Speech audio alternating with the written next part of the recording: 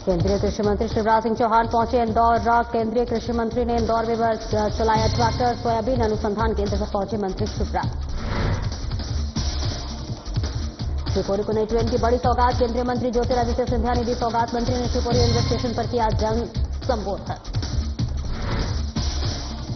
अनूपपुर में छात्रों को स्कूल जाने में हो रही परेशानी। स्कूल के रास्ते में कीचड़ होने से हो रही परेशानी। हाथ में जूते लेकर स्कूल जाते हैं छात्र।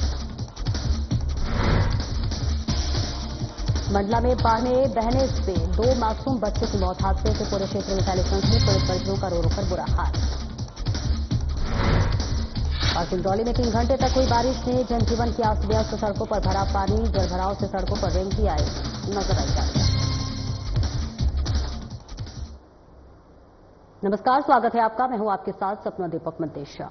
बुलेटिन का आगाज करेंगे। शिवराज सिंह चौहान ने बताया कि पूरी टीम एग्रीकल्चर आज सोयाबीन उत्पादन बढ़ाने और सोयाबीन के अनुसंधान को किसानों तक पहुंचाने और उन्नत कृषि आने के लिए पूरी टीमों के साथ किसने वर्षा कर सोयाबीन उत्पादन पर देश को आत्मनिर्भर बनाने के लिए प्रयासरत है। वहीं शिवराज सिंह चौहान ने कहा कि वैज्ञानिकों की लैब से अनुसंधान को किसानों के खेत तक पहुंचाया जाना उनका उद्देश्य है ताकि किसानों को फायदा मिल सके।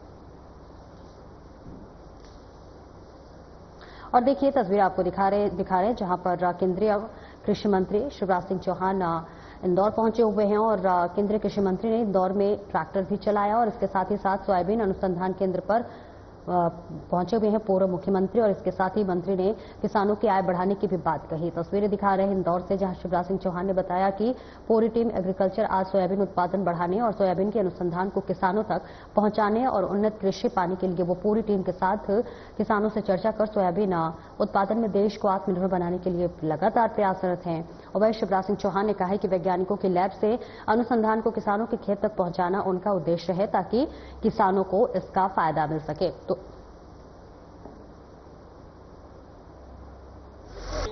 आज पूरी टीम एग्रीकल्चर इंदौर में है। देश के सर्वश्रेष्ठ वैज्ञानिक, कृषि वैज्ञानिक, किसान, कृषि मंत्री, कृषि विज्ञान केंद्र के लोग, एग्रीकल्चर यूनिवर्सिटीज के लोग और राज्य और केंद्र सरकार के अधिकारी आज सोयाबीन संस्थान आए हैं। हमने अभी विकसित कृषि संकल्प अभियान चलाया था, इसलिए कि लैब में जो प्रयोग होते हैं वैज्ञानिक करते हैं वो लैंड पे किसान के बीच जाने चाहिए, लेकिन लैब और लैंड मिलते ही नहीं थे। तो हम वैज्ञानिक कर्मचारी अधिकारियों को गांव में ले गए और आज हम यहां चर्चा करने वाले हैं सोयाबीन की फसल पर। सोयाबीन एक महत्वपूर्ण तिलहन की फसल है और कुल तिलहन की फसल में 34% योगदान सोयाबीन का है, लेकिन सोयाबीन की उत्पादकता बढ़ नहीं रही। कई मामलों में कुछ जगह कम भी हुई है। वायरस अटैक हो रहे हैं, एलोमोजिक और दूसरी बीमारियां फसलों को बर्बाद कर देती है। और आगे बढ़ेंगे जहां ग्वालियर से नई ग्वालियर गुना बेंगलुरु ट्रेन सेवा की शुरुआत के अवसर पर केंद्रीय संचार और पूर्वोत्तर क्षेत्र विकास मंत्री ज्योतिरादित्य सिंधिया शिवपुरी पहुंचे और रेलवे स्टेशन पर जनसभा को संबोधित किया।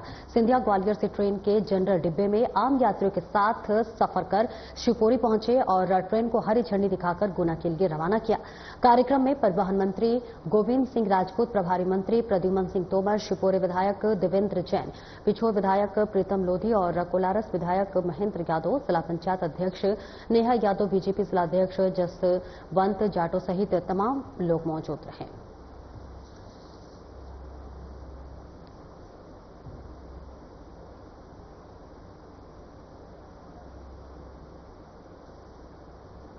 अनूपपुर जिले के प्रयागराज ब्लॉक के कोहवा पूर्वा पंचायत में स्थित CM rise higher secondary school, प्राथमिक विद्यालय सहित हायर सेकेंडरी स्कूल और छात्रावास में छात्र छात्राएं बरसात के मौसम में जान जोखिम डालकर पढ़ाई करने को मजबूर हैं।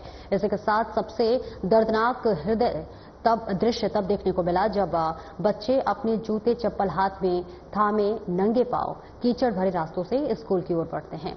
उनकी स्कूल ड्रेस कीचड़ से सन जाती है और ऐसे में चेहरे पर डर और असहायता साफ झलकती है, लेकिन विकल्प कुछ और नहीं है। आपको बताते चले कि कोई नई समस्या नहीं है।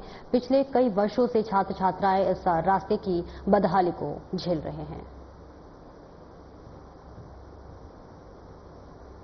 लोग हॉस्टल से आते हैं जब, तो इतना कीचड़ रहता है सर कि हम लोग फिसल के गिर जाते हैं, लग भी जाता है।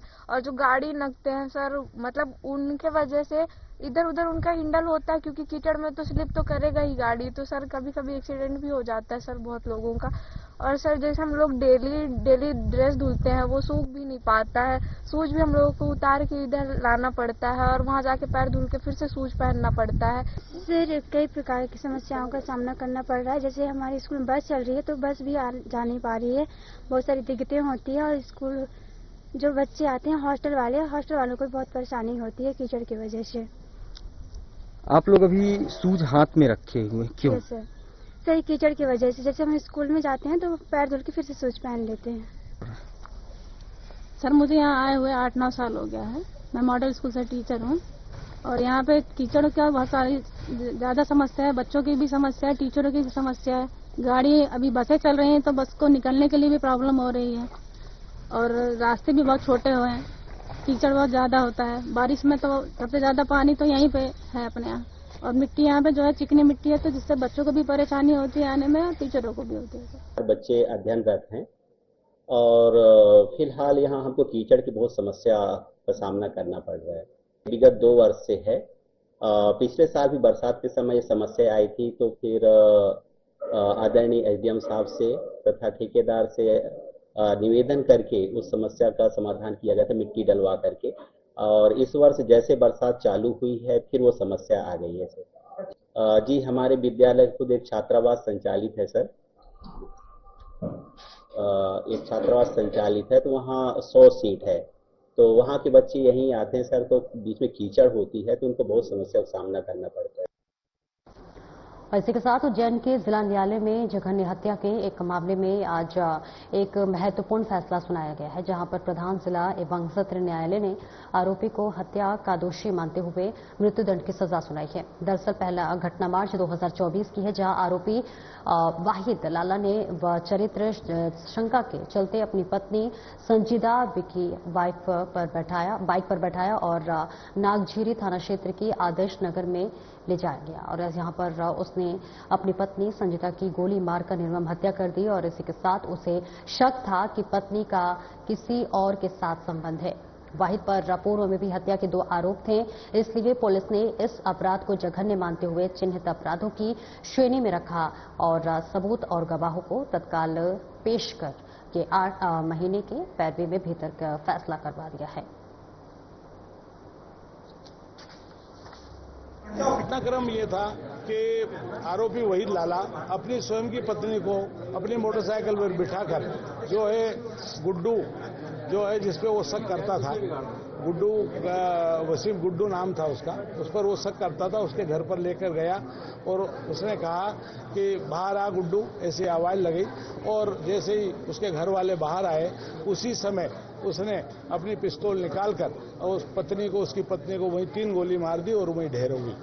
और जैसे वो गिरी और उसको छोड़कर इसी हाल में वो भाग गया वहां से। उसके बाद उसकी मृत्यु हो गई। क्या फैसला सुनाया? फैसला न्यायालय द्वारा केस की परिस्थिति को देखते हुए साक्ष्य के आधार पर जो अभियोजन द्वारा साक्ष्य प्रस्तुत की गई थी उसका विश्लेषण परीक्षण करने के बाद न्यायालय द्वारा इस बात को माना है कि ये निश्चित रूप से बहुत गंभीर अपराध है और समाज में इस तरह के अपराध को देखते हुए रेयर केस में माना है न्यायालय ने और उसको फांसी की सजा दी है। थाना नागझीरी में करीब पिछले 1 साल पहले वाहिद लाला ने अपनी पत्नी की गोली मारकर हत्या की थी। वाहिद लाला के ऊपर पूर्व में भी 2 हत्या के अपराध पंजीबद्ध हुए जिसमें इसने दबाव बनाकर दोषमुक्त हुआ है। इसको हमने, जैसा आप लोगों को बताया कि चिन्हित अपराधों में हमने इस साल करीब 80% मामलों में सजा कराई है। 17 मामलों का फैसला हुआ है जिसमें से 14 मामलों में हम ऑलरेडी सजा करा सकते हैं। इसमें माननीय प्रधान जिला न्यायाधीश महोदय ने इसमें करीब 8 महीने की ये पैरवी चली और आज इसमें मृत्युदंड की सजा से उसको सजा दी गई है। और वहीं जिले से करीब 10 किलोमीटर दूर स्थित ग्राम किद्री में एक दिल दहला देने वाली घटना सामने आई है, जहां पर गांव के पास बहने वाले नाले में अचानक आई बाढ़ की चपेट में आकर के 2 मासूम बच्चे बह गए। बताया जा रहा है कि यशवंत भारती और देवेश यादव, जिनकी उम्र करीब 4 से 5 वर्ष थी, आंगनबाड़ी में पढ़ते थे और पानी के बहते बहाव को देखने के लिए नाले के पास पहुंचे थे। इसी दौरान उनका पैर फिसल गया और तेज धार में बह गए। घटना की सूचना मिलते ही प्रशासन सक्रिय हुआ और एसडीआरएफ की टीम मौके पर रवाना किया गया। कल देर शाम टीम ने तो आपसे यह तुष्टीकरण होगा। मध्य प्रदेश के मुख्यमंत्री आदरणीय मोहन यादव जी से मैं ये अपील करना चाहता हूं कि आप बहुत ही संवेदनशील हैं और आप हम सभी नागरिकों को समानता का अधिकार प्रदान करें। ये अनैतिक कानून को वापस करें। मध्य प्रदेश के एक पूर्व मुख्यमंत्री हुआ करते थे शिवराज सिंह चौहान, उन्होंने ये बोला था कि माई का लाल आरक्षण खत्म नहीं कर सकता। उसके बाद 2018 में वो स्थिति 2018 की स्थिति आपको देखने मिली। मैं प्रदेश के मुख्यमंत्री आदरणीय मोहन यादव जी से यह गुजारिश करना चाहता हूं कि इन नियमों को फिर से पुनर्विचार करें और उसको स्वयं समझें। और हम सभी लोगों की लड़ाई, चूंकि क्या होता है, एक राजा के लिए उसकी प्रजा में भेद नहीं हो सकता। मैं माननीय मुख्यमंत्री जी से पुनः अनुरोध करना चाहता हूं कि हम सभी लोगों को, सपाक्ष के लोगों को भी अपना समझे। हम भी इसी प्रदेश में पले बढ़े हैं। हमारा तो आपने सुना कि किस तरीके से ये 36 और 64 की लड़ाई अब लगातार जारी है। यहाँ पर जिस तरीके से मध्य प्रदेश सरकार ने पदोन्नति की बात की थी, लेकिन कर्मचारी संघ कहीं न कहीं इससे लगातार नाराज हो रहा है। क्या कहेंगे मैडम? हर फाइल में विधि विभाग या जीएडी का भी मत लिया जाता है। इतने पढ़े लिखे लोग हैं, इस बार नहीं लिया। यहाँ अपना मतलब है वहाँ, और विधि विभाग ने स्वयं ने प्रमोशन किया, उसकी नकल मार लेते। नकल के लिए क्या करना है? नकल ही मार लो कम से कम। उनकी नकल भी नहीं मारी और मालूम नहीं है। बिल्कुल बेतहाशा है। और सभी से हमारा विशेष निवेदन है, पुनर्विचार करें। जूनियर सीनियर नहीं हो सकता। सीएम ने कहा है, पेपर में छपा है, तो अपने वचनों पे वो कायम रहे। जूनियर सीनियर नहीं होना चाहिए। इतना ही मैं माननीय जी से और बड़े जितने आईएएस आईपीएस मुख्य सचिव सबसे अनुरोध करता हूँ। जी देखिए, क्या है कि मैं आपको ध्यान पहले मतलब इसके इतिहास पे दिलाना चाहता हूं कि बाबा साहब अम्बेडकर ने जब 10 साल के लिए आरक्षण लागू किया तो उन्होंने प्रारंभ में ये कहा था कि मैं खुद अपने वर्ग के लोगों को नहीं चाहता कि वो हमेशा ही बैसाखियों के सहारे चले। लेकिन उसके बाद हमारी मुख्य जो पार्टियां हैं, राजनीतिक पार्टियां हैं, उन्होंने उसको तुष्टीकरण का माध्यम बनाया और लगातार उस पर राजनीति करते रहे। और आज इन 60 सालों में आरक्षण नाम का कैंसर पूरे समाज को डस चुका है। जो बुद्धिजीवी है वो आज नीचे है, जो सामान्य वर्ग का व्यक्ति है वो 90% 95% अंक प्राप्त करके परीक्षा में उत्तीर्ण हो रहा है। उसके बच्चों को कॉलेज में एडमिशन नहीं मिल रहा है। उसके बच्चों को पदोन्नति क्या मतलब किसी भी तरीके का कोई लाभ उसको नहीं मिल सकता है। लेकिन एक बंदा जो 10 या 12% पाता है वो डॉक्टर बन रहा है, इंजीनियर बन रहा है। तो मैं आपके चैनल के माध्यम से केवल ये कहना चाहता हूं कि अब इसकी अति हो चुकी है। तो कृपया कर आप लोग जो भी सक्षम स्तर पे लोग हैं उनसे मैं ये अनुरोध करता हूं कि इस आरक्षण को पुनः इस पर विचार करके इसका युक्तियुक्तकरण करने की समय आ चुका है। और सामान्य कह रहे हैं कि आरक्षण खत्म किया जाए, जिसकी जैसी योग्यता है उसको किया जाए, उसका युक्तियुक्तकरण किया जाए। कम से कम पदोन्नति में तो आरक्षण न दिया जाए।